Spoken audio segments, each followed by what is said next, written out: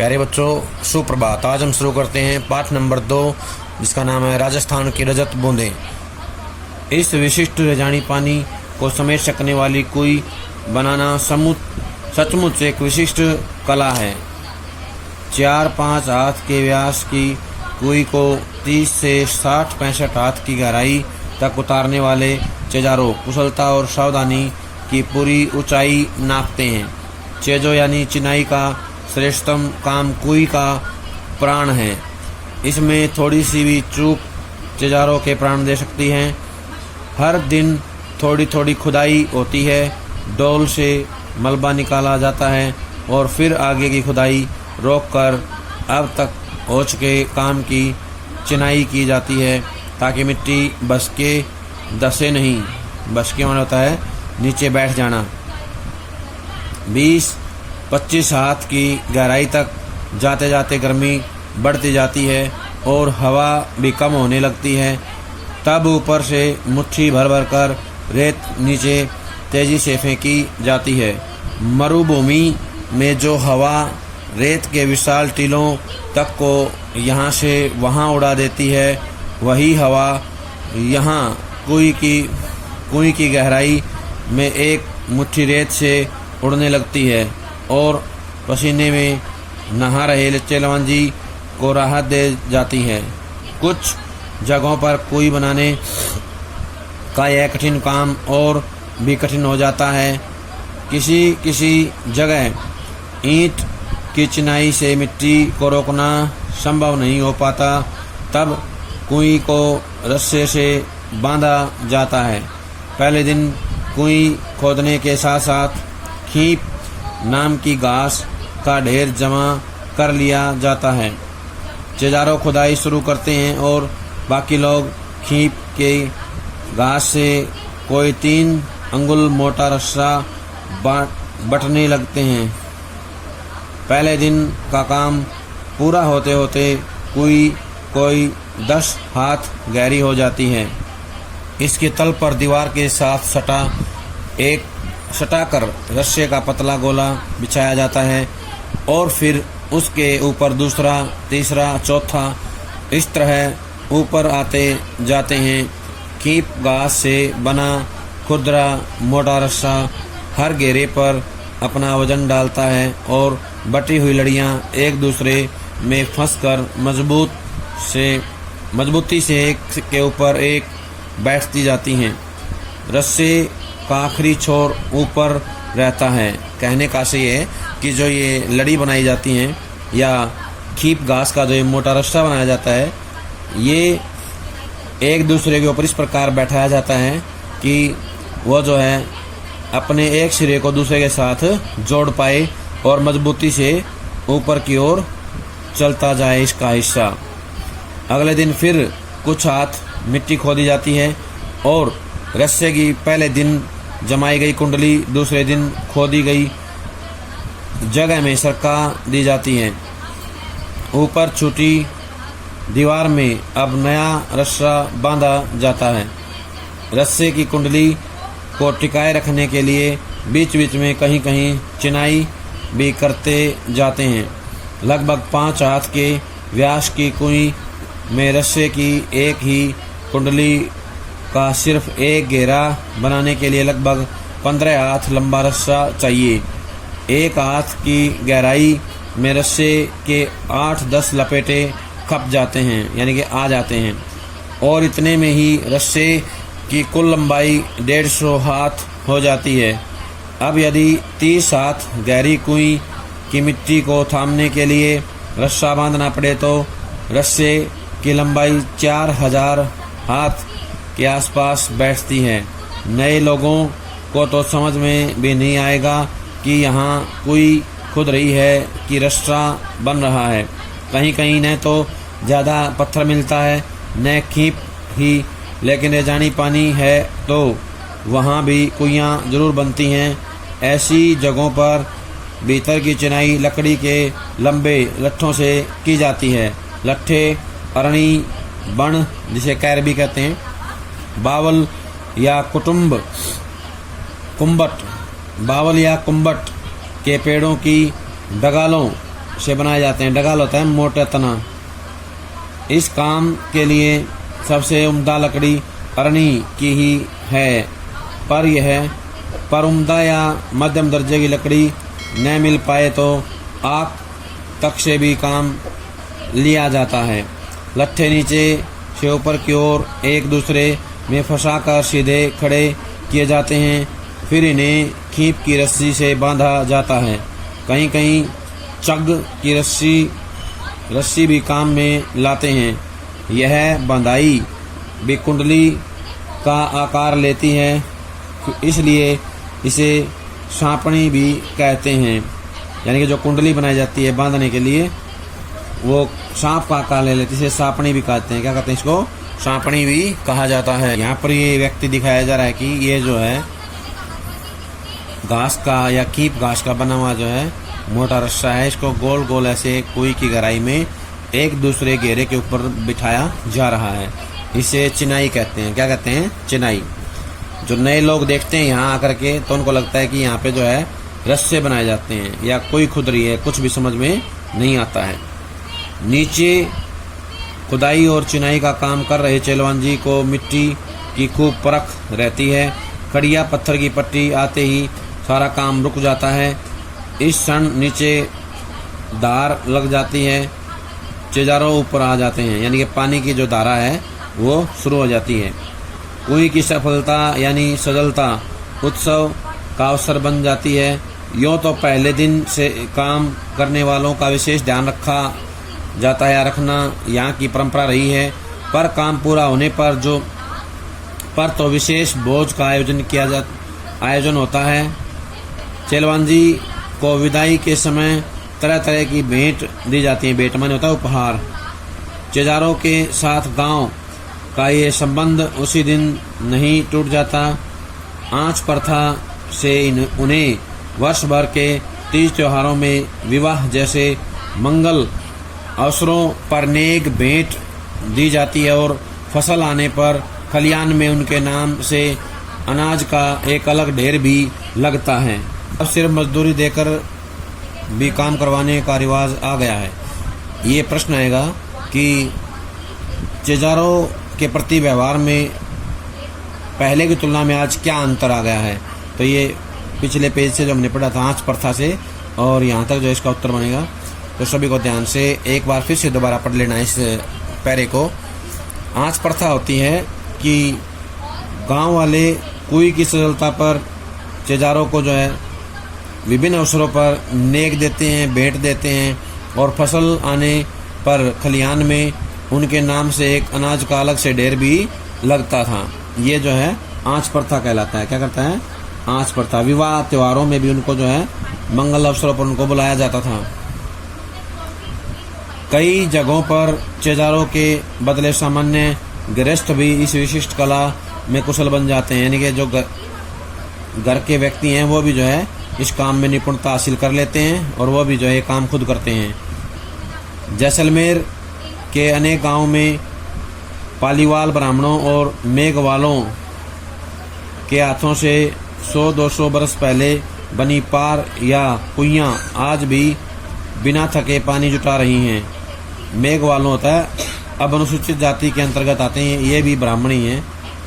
पालीवाल ब्राह्मणों और मेघवालों यानी कि अब अनुसूचित जाति के अंतर्गत आने वाले जो लोग हैं इनके हाथों से ये काम जो है पूरा किया जाता था। कुई का मुंह छोटा रखने के 3 बड़े कारण थे। अब यहाँ से प्रश्न आएगा कुई का मुंह छोटा क्यों रखा जाता था, तो इसका उत्तर इसी पैरे में बनेगा, इसको भी ध्यान से सुनेंगे। 3 कारण थे। रेत में जमा नमी से पानी की बूंदें बहुत धीरे धीरे रिसती हैं, यानी धीरे धीरे जो है टपक करके आती हैं, इकट्ठा होती हैं कुई में। दिन भर में एक कुई मुश्किल से इतना ही पानी जमा कर पाती है कि उससे 2-3 घड़े भर सकें। कुई के तल पर पानी की मात्रा इतनी कम होती है कि यदि कुई का व्यास बड़ा हो तो कम मात्रा का पानी ज़्यादा फैल जाएगा और तब उसे ऊपर निकालना संभव नहीं होगा। छोटे व्यास की कुई में धीरे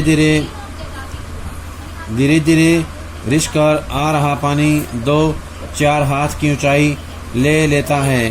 कई जगहों पर कुएं से पानी निकालते समय छोटी बाल्टी के बदले छोटी चड़स का उपयोग भी इसी कारण से किया जाता है। धातु की बाल्टी पानी में आसानी से डूबती नहीं, पर मोटे कपड़े या चमड़े की चड़स के मुंह पर लोहे का वजनी कड़ा बंधा होता है। चड़स पानी से टकराता है, ऊपर का वजनी भाग नीचे के भाग पर गिरता है और इस तरह कम मात्रा के पानी में भी ठीक से डूब जाता है। भर जाने के बाद ऊपर उठाते ही चड़स अपना पूरा आकार ले लेता है। कहने का आशय है कि चड़स के माध्यम से पानी निकाला जाता है। पिछले दौर में ऐसे कुछ गांव के आसपास से सड़कें निकली हैं, ट्रक दौड़े हैं। ट्रकों की फटी ट्यूब से भी छोटी चड़सी बनने लगी हैं। कुएं के व्यास का संबंध इन क्षेत्रों में पड़ने वाली तेज गर्मी से भी है। व्यास बड़ा हो तो कुएं के भीतर पानी ज़्यादा फैल जाएगा। बड़ा व्यास पानी को भाप बनकर उड़ने से रोक नहीं पाएगा। कुएं को उसके पानी को साफ रखने के लिए उसे ढककर रखना जरूरी है। छोटे मुंह को ढकना सरल होता है। हर एक कुएं पर लकड़ी के बने ढक्कन ढके मिलेंगे। कहीं कहीं खस की टट्टी की तरह घास फूस या छोटी छोटी टहनियों से बने ढक्कनों का भी उपयोग किया जाता है। यहाँ नई सड़कें निकली हैं और इस तरह नए और अपरिचित लोगों की आवक जावक भी बढ़ गई है। आवाजा होता आना जाना। वहाँ अमृत जैसे इस मीठे पानी की सुरक्षा भी करनी पड़ती है। इन इलाकों में कई कुइयों के ढक्कनों पर छोटे छोटे ताले भी लगने लगे हैं। ताले कुएं के ऊपर पानी खींचने के लिए लगी गिरनी चक्री पर भी लगाए जाते हैं। कुएं गहरी बने तो पानी खींचने की सुविधा के लिए उसके ऊपर गिरनी या चक्री भी लगाई जाती है। यह गरेड़ी, चरखी या फरेड़ी भी कहलाती है। फरेड़ी लोहे की दो भुजाओं पर भी लगती हैं, लेकिन प्रायः यह गुलेल के आकार के एक मजबूत तने को काटकर उसमें आर पार छेद बनाकर लगाई जाती हैं। उसे ओड़ाक कहते हैं। ओड़ाक और चरखी के बिना इतनी गहरी और संकरी कुएं से पानी निकालना बहुत कठिन काम बन सकता है। ओड़ाक और चरखी चड़सी को यहाँ वहाँ बिना टकराए सीधे ऊपर तक लाती हैं। पानी बीच में छलक कर गिरता नहीं। वजन खींचने में तो इससे सुविधा रहती ही है। कड़िया पत्थर की पट्टी एक बड़े भाग से गुजरती है, इसलिए उस पूरे हिस्से में एक के बाद एक कुएं बनती जाती हैं। ऐसे क्षेत्र में एक बड़े साफ सुथरे मैदान में 30-40 कुइयाँ भी मिल जाती हैं। हर घर की एक कुएं, परिवार बड़ा हो तो एक से अधिक भी। निजी और सार्वजनिक संपत्ति का विभाजन करने वाली मोटी रेखा कुएं के मामले में बड़े विचित्र ढंग से मिट जाती है। हर एक की अपनी अपनी कुएं है। उसे बनाने और उससे पानी लेने का हक उसका अपना हक है। कुएं जिस क्षेत्र में बनती है वह गांव समाज की सार्वजनिक जमीन है। उस जगह बरसने वाला पानी ही बाद में वर्ष भर नमी की तरह सुरक्षित रहेगा और इसी नमी से साल भर कुइयों में पानी भरेगा। नमी की मात्रा तो वहाँ हो चुकी वर्षा से तय हो गई है। अब उस क्षेत्र में बनने वाली हर नई कुएं का अर्थ है पहले से तय नमी का बंटवारा। इसलिए निजी होते हुए भी सार्वजनिक क्षेत्र में बनी कुइयों पर ग्राम पंचायत का अंकुश लगा रहता है। ये एक प्रश्न भी है अभ्यास का, तो सभी को इस पहले में से इसका उत्तर याद करना है। तो प्रश्न ये आएगा कि निजी होते हुए भी सार्वजनिक क्षेत्र में बनी कुइयों पर ग्राम समाज का अंकुश क्यों लगा रहता है। तो इस पैरे में इसका उत्तर है बहुत जरूरत पड़ने पर ही समाज नई कुएं के लिए अपनी स्वीकृति देता है। हर दिन सोने का एक अंडा देने वाली मुर्गी की चिर परिचित कहानी तो जमीन पर उतारती है कुएं, यानी कि जो मुर्गी का अंडा देती थी, मुर्गी जो है सोने का अंडा देती थी, उसकी कहानी जो है उसका प्रमाण है ये कोई। जिस प्रकार सारे अंडे प्राप्त करने के लिए उसका मालिक मुर्गी को मार देता है, ठीक वैसा ही काम जो है समाज के लोग नहीं करना चाहते, क्योंकि कोई जो है पानी देती है और बहुत सारी कुइयाँ बनाना पड़े तो वो सोच समझ के निर्णय लेना पड़ता है। इससे दिन भर में बस 2-3 घड़ा मीठा पानी निकाला जा सकता है। इसलिए प्रायः पूरा गांव गोधूली बेला में कुइयों पर आता है। गोधूली होता है शाम का समय। ये भी एक प्रश्न आएगा तो इसको ध्यान रखना है। गोधूली के समय कैसा माहौल होता है या कैसा जो है कुइयों पर देखने को माहौल मिलता है, तो बताना है। गोधूली के समय मेला सा लग जाता है, कुइयों पर मेला सा लग जाता है। गांव से सटे मैदान में 30-40 कुइयों पर एक साथ घूमती गिरनियों का सवर गोचर से लौट रहे पशुओं, गोचर होता है खुले में चर करके आने वाले पशु लौट रहे होते हैं। पशुओं की घंटियों और रंबाने की आवाज में समा जाता है। 2-3 घड़े भर जाने पर डोल और रस्सियां समेट ली जाती हैं। कुइयों के ढक्कन वापस बंद हो जाते हैं। रात भर और अगले दिन भर कुइयां आराम करेंगी। रेत के नीचे सब जगह खड़िया की पट्टी नहीं है, इसलिए कोई भी पूरे राजस्थान में नहीं मिलेगी। चूरू, बीकानेर, जैसलमेर, बाड़मेर के कई क्षेत्रों में यह पट्टी चलती है और इसी कारण वहाँ गांव-गांव में कुइयां ही कुइयां हैं। जैसलमेर जिले के एक गांव खड़ेरों की ढाणी में तो 120 कुइयां थी। लोग इस क्षेत्र को 6 BC के नाम से भी जानते थे। कहीं कहीं ने पार भी कहते हैं। जैसलमेर तथा बाड़मेर के कई गांव पार के कारण ही आबाद हैं और इसलिए उन गांवों के नाम भी पार पर ही हैं, जैसे जानरे आलोपार और सिरगू आलोपार।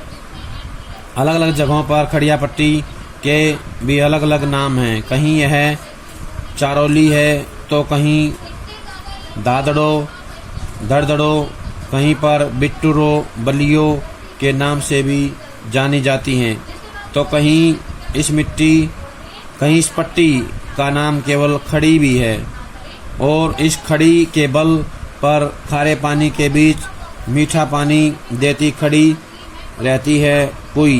बच्चों, यह था हमारा पाठ राजस्थान के रजत मुद्दे का लास्ट पार्ट। सभी इसको ध्यान से पढ़ेंगे, अच्छे सुनेंगे और यहाँ से अभ्यास के प्रश्नों को लिखेंगे और कॉपी में लिख करके उनको अच्छे से याद करना है। जब तक अगली वीडियो नहीं आती है तब तक ये सारा काम कर लें। सभी का बहुत बहुत धन्यवाद।